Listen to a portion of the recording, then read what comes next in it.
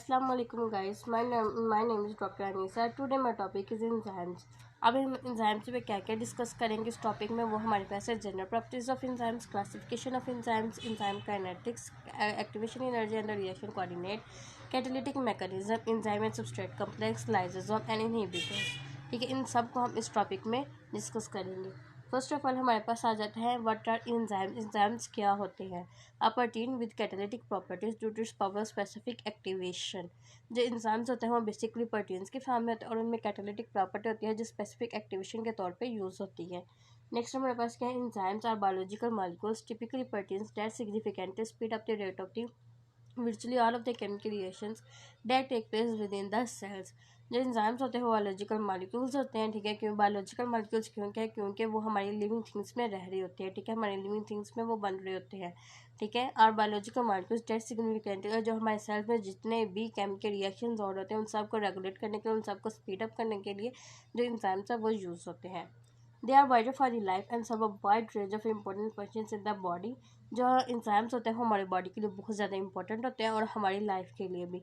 जितने भी हमारे बॉडी में इंपॉर्टेंट फंक्शंस रेगुलेट हो रहे होते हैं उन सबको स्पीड अप करने के लिए जो एंजाइम्स है वो यूज़ होते हैं। फॉर एग्जांपल, जिस तरह हमारे डाइजेशन में हेल्प करते हैं और मेटाबॉलिज्म में।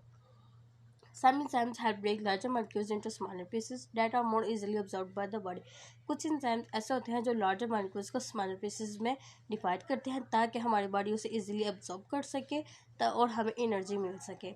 Other enzymes help bind two molecules together to produce a new molecule। कुछ enzymes ऐसे होते हैं जो दो molecules को आपस में बाइंड करते हैं, आपस में अटैच करते हैं ताकि वो एक न्यू मालिक्यूल बना सकें। देखिए फॉर एग्जांपल, अगर एक मालिक्यूल एक साइड पे और दूसरा मालिक्यूल दूसरी साइड पे, उन दोनों को इंसान जो है वो आपस में अटैच करेगा जिसकी वजह से एक न्यू मालिक्यूल बन जाएगा। Enzymes are highly selective catalysts, meaning that each enzymes only speed up a specific reaction।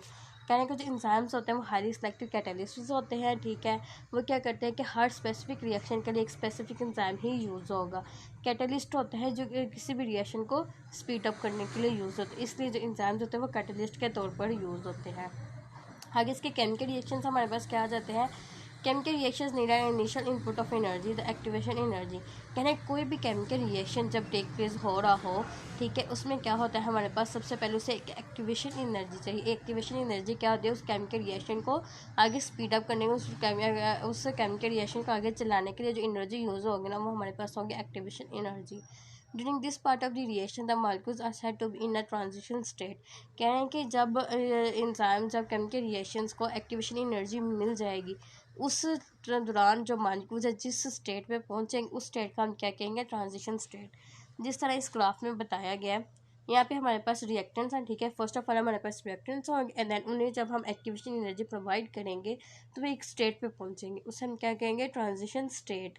ठीक है, मतलब कि उतनी हमें एक्टिवेशन एनर्जी की ज़रूरत थी जितनी हमने उसे प्रोवाइड की, तो जब वो उसे उतनी एक्टिवेशन एनर्जी मिल गई जितनी उसे चाहिए थी तो उस स्टेट को हम क्या कहेंगे? Transition state.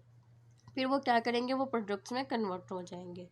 नेक्स्ट हमारे पास क्या है? मेकिंग रिएक्शंस को फास्टर। जो एंजाइम्स होते हैं वो रिएक्शंस को बहुत ज़्यादा फास्टर करते हैं। ठीक है, increasing the temperature make molecules move faster. कह रहे हैं कि जब हम टेम्परेचर को इंक्रीज़ करेंगे तो जो मॉलिक्यूल्स है वो बहुत ज़्यादा तेज़ी से मूव करेंगे। फॉर एग्जांपल, जिस तरह अगर वाटर है, वाटर मॉलिक्यूल्स है, ठीक है, जब हम वाटर को 100 डिग्री सेंटीग्रेड तक बॉयल करेंगे तो उसके जो मॉलिक्यूल्स है आपस में बहुत ज़्यादा वाइब्रेट होंगे, बहुत ज़्यादा तेज़ी से वाइब्रेशन स्टार्ट हो जाएगी उनकी और वो बहुत ज़्यादा तेज़ी से मूव करना स्टार्ट हो। यही बात ये इधर कह रहे हैं कि जब हम टेम्परेचर बढ़ाएंगे तो जो मॉलिक्यूल्स है वो बहुत तेज़ी से मूव करेंगे। Biological systems are very sensitive to temperature changes. जो बायोलॉजिकल सिस्टम्स होते हैं वो टेम्परेचर चेंजेस पे बहुत ज़्यादा सेंसिटिव होते हैं। फॉर एग्जांपल, हमारे बॉडी में कोई भी केमिकल रिएक्शन हो रहा होता है ना, अगर हम टेम्परेचर ज़्यादा देंगे तो वो ज़्यादा तेज़ी से मूव करेंगे, जब हम टेम्परेचर कम देंगे तो वो कम मिकदार में मूव करेंगे। ठीक है, enzymes can increase the rate of the reactions without increasing the temperature. कहने के जो इंजाइम्स होते हैं वो रिएक्शन रेट को स्पीड अप किस तरह करते हैं? टेम्परेचर को इंक्रीज़ किए बगैर। वो किस तरह करते हैं? वो अपनी एक्टिवेशन एनर्जी को लो कर लेते हैं। They do this by loading the activation energy.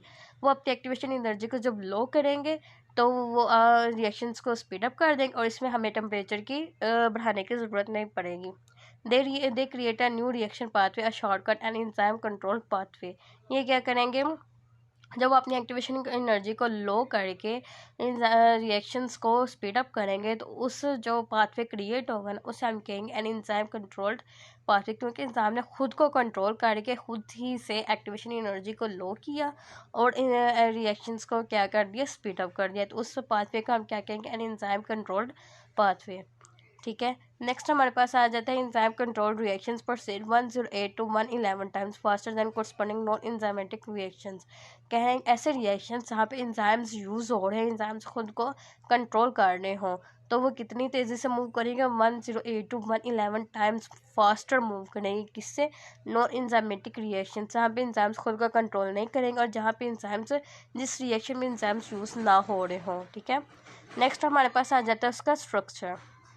Enzymes और प्रोटीन्स, देखें हमने जिस तरह ऊपर डिस्कस किया कि जो एंजाइम्स हैं वो बेसिकली प्रोटीन्स ही होते हैं, और जब प्रोटीन्स है तो प्रोटीन्स का स्ट्रक्चर होता है ग्लोबुलर, तो उसका फिर 3D स्ट्रक्चर भी होगा। और इसमें हमारे पास ये जो साइड पे इमेज दिखाई गई है ना, ये ह्यूमन पेनक्रियाटिक अमाइलेज की इमेज है।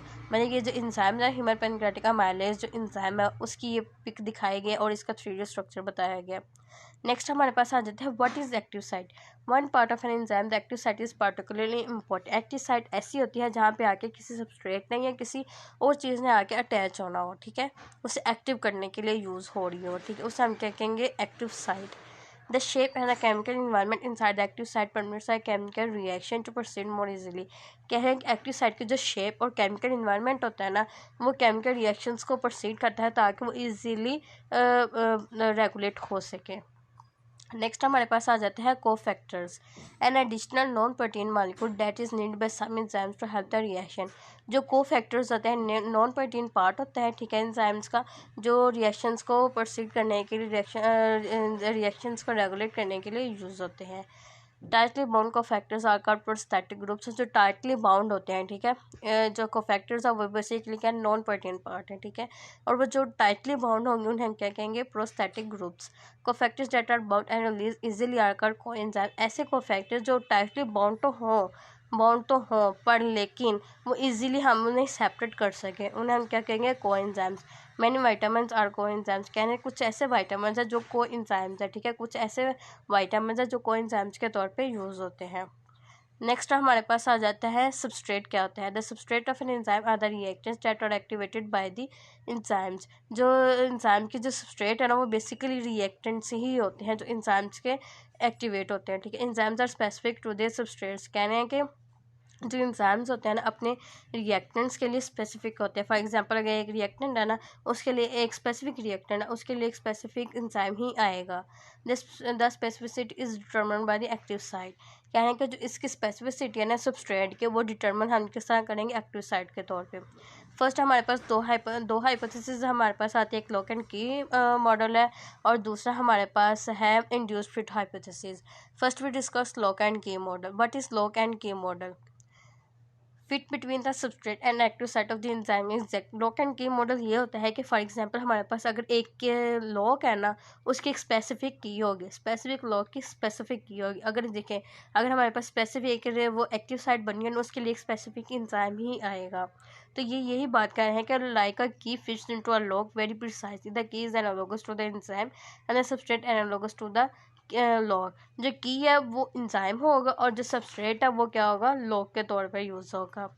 Temporary structure called the enzyme substrate complex form, कह रहे हैं कि जब स्पेसिफिक रिएक्टेंट के लिए स्पेसिफिक एंजाइम आएगा तो एक स्ट्रक्चर बनेगा जिसे हम क्या कहेंगे, एंजाइम सबस्ट्रेट कॉम्प्लेक्स। देखिए एक एंजाइम अटैच हो रहा है कहाँ पे, रिएक्टेंट्स क्या है यहाँ एंजाइम्स में, सबस्ट्रेट।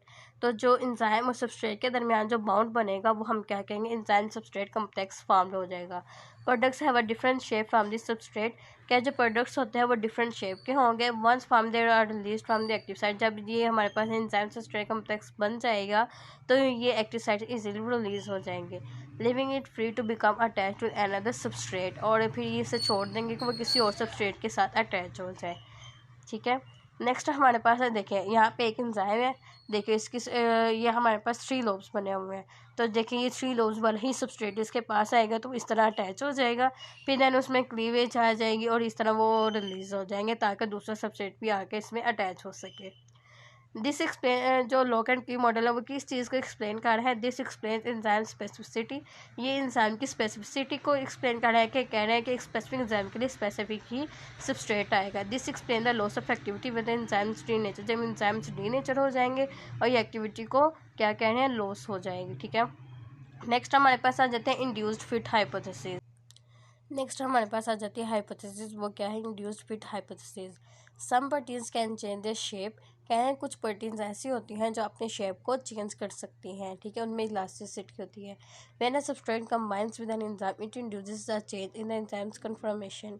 क्या कह रहे हैं कि देखें, अगर एंजाइम्स के 3 लोब्स हैं, ठीक है, उसमें एक सबस्ट्रेट आ रहा है जिसके 2 लोब्स होंगे, तो जो एक प्रोटीन आ रहा है, एंजाइम्स जो है वो प्रोटीन आ रहा है, तो वो प्रोटीन अपनी शेप उस सबस्ट्रेट के अकॉर्डिंग क्या करेगा, उसे चेंज कर लेगा और उस सबस्ट्रेट को अपने साथ क्या कर लेगा, बाइंड कर लेगा। The active site is then moulded into a precise conformation. यही बात कह रहे हैं कि जो एक्टिव साइट है वो अपने आप की जो अपनी शेप है ना वो चेंज कर लेगा as according to the substrate, तो फिर वो अटैच हो जाएगी उसके साथ, making the chemical environment suitable for the reaction. और ये क्या करते हैं कि रिएक्शन के अकॉर्डिंग जो केमिकल इन्वायरमेंट है उसे करता है, उसे बनाता है, उसे मेक करता है ताकि वो रिएक्शन के अकॉर्डिंग काम कर सके। The bonds of the substrate are stretched to make the reaction easier. कह रहे हैं कि जो सबस्ट्रेट के जो बॉन्ड्स होते हैं उन्हें स्ट्रेच किया जाता है ताकि रिएक्शन जो ईजीली रेगुलेट हो सके। फॉर एग्जांपल ये बात की जा रही है कि जो सबस्ट्रेट के बॉन्ड्स हैं उन्हें स्ट्रेच किया जाता है, उन्हें खींचा जाता है, इसका मतलब यह है कि उनकी एक्टिवेशन एनर्जी को लो किया जाता है। जो इंड्यूस्ड फिट हाइपोथेसिस है वो किसने पेश की थी, हमें कोस्टलैंड ने। ठीक है, Koshland induced fit hypothesis suggests in the presence of the substrate the active site में change in order to fit the substrate change. कहने का जो देखें, जिस तरह हमारे पास सबस्ट्रेट आएगा, जिस शेप में सबस्ट्रेट आएगा उसी शेप में जो एक्टिव साइट है वो अपने आप को मोल्ड कर लेगी, अपने आप को चेंज कर लेगी ताकि जो सबस्ट्रेट आया है वो उसके साथ अटैच हो जाए और वो फिर नेक्स्ट जो रिएक्शन है ना उसे प्रोसीड कर सके। The enzyme is flexible and most to fit the substrate molecule like gloves fitting one hand or clothing on a person। कह रहे हैं कि जो देखें जिस तरह ग्लव्स की शेप होती है इसी तरह हम अपने देखें जिस तरह हमारे हाथ की शेप है इसी तरह हमारे ग्लव्स की शेप होगी तो उसमें वो अटैच हो जाएगा। ठीक है, ये कह रहे हैं कि जिस तरह एक ग्लव है ना वो एक हैंड में फिट हो जाता है या जिस तरह कपड़े हैं दूसरे पर्सन में फिट हो जाएँ। ठीक है, नेक्स्ट हमारे पास क्या है, the enzymes initially have a binding configuration which attracts the substrate. कह रहे हैं कि जो इंजाइम्स हैं उनमें एक बाइंडिंग कॉन्फ़िगरेशन होती है जो सबस्ट्रेट को आपस में क्या करती है, अट्रैक्ट करती है, मतलब उसमें एक अट्रैक्शन होती है जो सबस्ट्रेट को आपस में अट्रैक्ट करे और जो सबस्ट्रेट है उस इंजाइम के साथ उस प्रोटीन के साथ आके अटैच हो जाए ताकि केमिकल रिएक्शन प्रोसीड कर सके। On binding to the enzyme, the substrate disturbs the shape and causes to assume a new configuration. The active site is then molded into a precise conformation। यही बात कर रहे हैं कि जब एक एंजाइम है, एक सबस्ट्रेट आएगा एंजाइम के पास, तो वो एंजाइम की जो एक्टिव साइट है वो क्या करेंगी, अपनी शेप को चेंज कर लेंगी as according to the substrate. यही बात उन्होंने दोबारा की है। ठीक है, नेक्स्ट हमारे पास आ रहे हैं कि जो इंड्यूस फिट हाइपोथेसिस है वो किस चीज़ को एक्सप्लेन कर रही है। This explains the enzymes that can react with the range of the substrate of similar types. ये बता रहे हैं कुछ एंजाइम्स आते हैं वो ऐसे होते हैं जो सिमिलर टाइप्स के जो सबस्ट्रेट है ना उन सब के साथ रिएक्ट कर जाए। ठीक है, अगर देखें अगर एक वो लॉक एंड की मॉडल के हिसाब से अगर हम देखें तो जिस तरह की होगी उसी तरह का उसका लॉक होगा, तो उस तरह होगा तो बाकी जो उसके सिमिलर जो सबस्ट्रेट्स हैं उन्हें हम किस तरह आपस में अटैच करेंगे। तो यही बात कर रहे हैं कि जब इंजाइम्स वो इलास्टिसिटी होगी उनमें फ्लेक्सिबिलिटी होगी तो as according to the substrate वो अपनी शेप चेंज करते जाएंगे। ठीक है।